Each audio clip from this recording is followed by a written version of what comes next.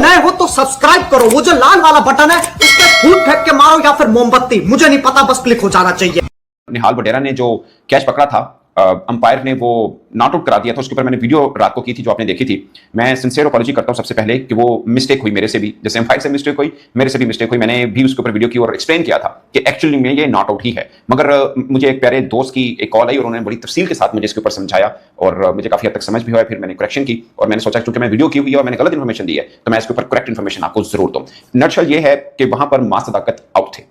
वो कैसे, वो मैं आपको क्लियर कर देता हूं। मैं असल में आपको दो रूल बताए थे, रूल बिल्कुल ठीक बताए, मगर इसके ऊपर जो मां सदाकत वाला कैच था, बनी हुप वाला रूल अप्लाई ही नहीं होता। वो क्या है, वो है कि अगर कोई फील्डर कैच पकड़ते हुए मल्टीपल टच करे बॉल को, मिसाल के तौर पर जो बाउंड्री है उसके अंदर पहला टच करे और फिर बाउंड्री के बाहर जाता हुआ हवा में उछले और फिर टच करे, ये मल्टीपल टच हो गया। वैसे बाउंड्री के अंदर जितनी बार भी टच होगा वो एक टच काउंट होता है और बाउंड्री के बाद जाकर अगर आप टच करते हैं वो सेकंड टच काउंट होता है, तो वो बनी हुप कहलाता है। मगर इस केस में निहाल वडेरा ने क्या किया था, उन्होंने बाउंड्री के पास जाकर कैच पकड़ने की कोशिश की। जब वो थोड़े लड़खड़ाए, खुद तो बाउंड्री के बाहर गए मगर बॉल उन्होंने अंदर फेंक दी थी और बाउंड्री के बाहर हवा में उछलकर उन्होंने एक बार भी बॉल के साथ कांटेक्ट नहीं किया था। अगर वो बॉल के साथ वहां पे कांटेक्ट करते और बॉल अंदर फेंकते और फिर जो फील्डर कैच पकड़ रहा होता उसी मोशन के अंदर निहाल वडेरा को भी अंदर आना यानी लैंड करना जरूरी था। बट चूंकि बाउंड्री के बाहर जाके तो उन्होंने बॉल को टच ही नहीं किया, वो बाउंड्री के अंदर थे, वहां से बॉल पकड़ते हुए जब बाहर गिर रहे थे तो बॉल उन्हें हवा में उछाल दिया था। सो सेकंड टच उनका हुआ ही नहीं, बनी हुप रूल अप्लाई ही नहीं होता इसके अंदर। सो अंदर ही रहकर उन्होंने कैच पकड़ा, गिरते हुए हवा में बॉल उछाली, बाउंड्री के बाहर वो जरूर गिरे मगर बाउंड्री के बाहर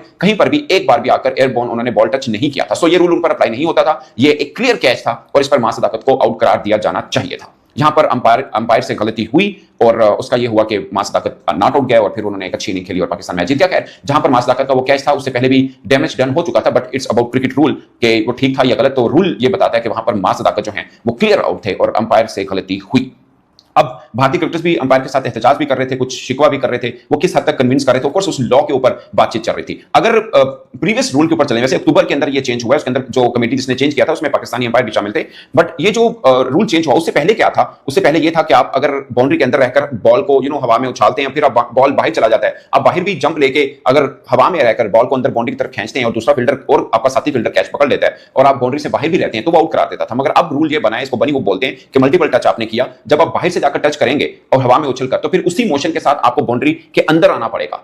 अगर दूसरे फील्डर ने कैच पकड़ भी लिया, आपने बॉल उछाली और आपके साथी फील्डर ने साथ में कैच पकड़ लिया और आप बाउंड्री के बाहर ही हैं तो ये नॉट आउट होगा और आप उसके साथ ही अंदर आएंगे तो वो आउट करार देगा। मगर ये रूल अप्लाई तब होता है अगर बाउंड्री के बाहर जाकर हवा में उछलकर आपने दोबारा बॉल को टच किया हो। मगर निहाल वडेरा वाला कैच आप दोबारा देखिएगा, उन्होंने बाउंड्री के अंदर रहकर ही एक बारी बॉल को टच किया था, उसके बाद वो खुद जरूर बाउंड्री के बाहर गिरे मगर बॉल को टच नहीं किया था। तो उन्हीं का फेंका हुआ बॉल उनके साथी क्रिकेटर ने पकड़ लिया, जिसको रेले कैच कहते हैं। मगर चूंकि मल्टीपल टच नहीं था बॉल के ऊपर, इसमें वो रूल अप्लाई ही नहीं होता था, तो अंपायर से वहां पे गलती हुई। ऑफ कोर्स इंसान है, गलती हो सकती है। बांग्लादेश के अंपायर थे, वो इंटरनेशनल क्रिकेट भी खेले हुए, मगर ये गलती उनसे हो गई और ये गलती नहीं, इसको ब्लंडर कहा जाता है। एक्चुअली में दो गलतियां हुई थी उस दिन, मतलब रात वाले मैच में। एक तो ये, अगर अंपायर ने वो नॉट आउट करा दिया था तो फिर उनको बाउंड्री करा देनी चाहिए थी, जो कि उन्होंने नहीं दी थी। सो कंफ्यूजन उधर थी। अव्वल तो मैं बोल रहा हूं कि ये आउट थे और मां सदाकत को आउट करा दिया जाना चाहिए था। खैर वो पाकिस्तान के हक में होगा फैसला, बट गलत फैसला था।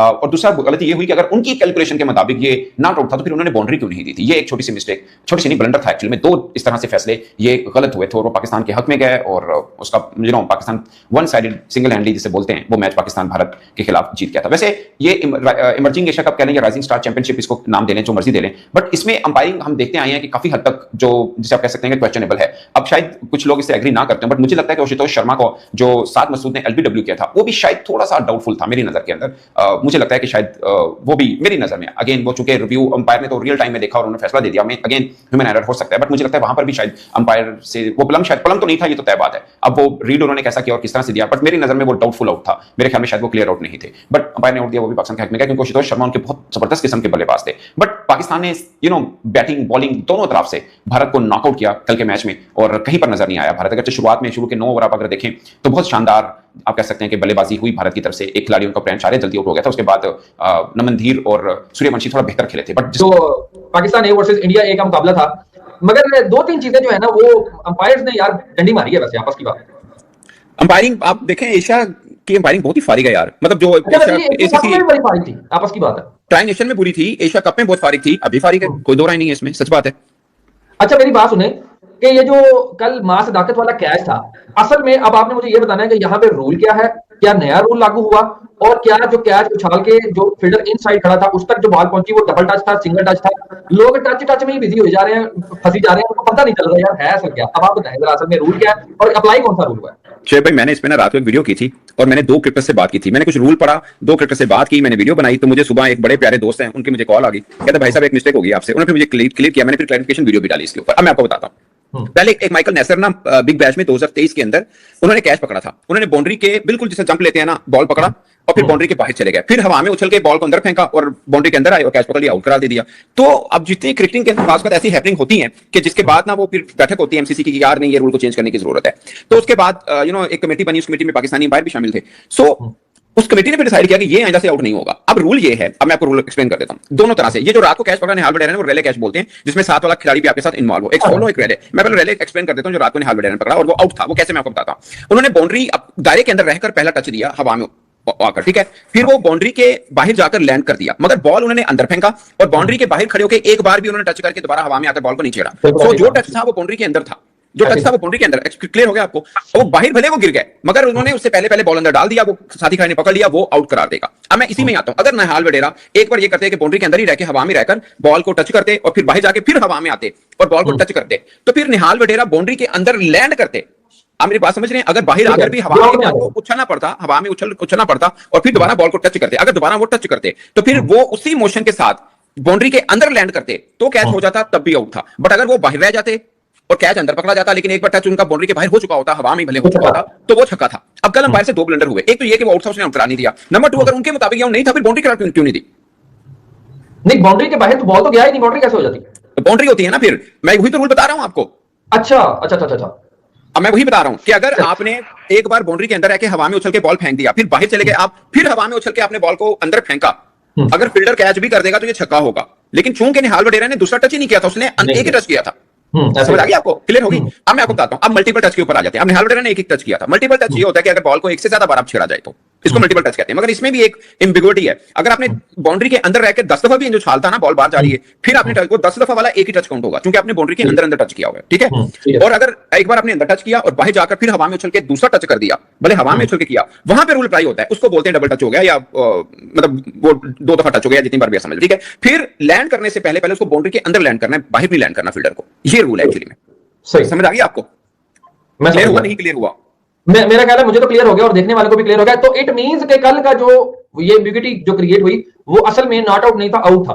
वो आउट था। अब मैं आपको दूसरी ये था, वो रैले कैच था ना, 2 खिलाड़ी इन्वॉल्व हुए। अब मैं आपको सिंपल कैच की एग्जांपल दूं। मैक्सवेल का कैच है, वो मैं जाहिर हम दिखा नहीं सकते कॉपीराइट के मुताबिक। उसने क्या किया था, उसने बाउंड्री के वक्त उछला और खुद बाहर चला गया, बॉल उसने उछाल दी, खुद बाहर चला गया। फिर उसने कैच जो पकड़ा था ना, कैच और उसकी अपनी लैंडिंग उसी मोशन के अंदर, यानी नीचे टच करने से पहले अपनी लैंडिंग उसने दोनों बाउंड्री के अंदर कर दी।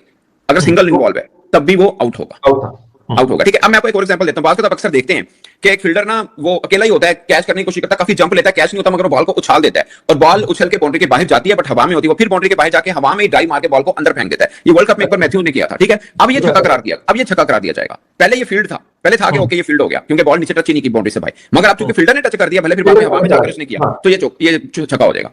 ये नया रूल एक्चुअली में बना है। अब इसमें एक ही बचत है कि आप बाउंड्री से बाहर जाकर एक बार सिर्फ जब हवा में जाकर टच करते हैं, तो फिर आपका लैंड होना बाउंड्री के अंदर जरूरी है। अगर अंदर नहीं होगा, ना ही वो आउट करा दिया जाएगा और फिर वो छक्का भी हो जाएगा। जी हाँ। लेकिन निहाल वडेरा के केस में उसने एक बार भी टच नहीं किया, सिंगल टच था, वो भी बाउंड्री के अंदर टच था। So that was out.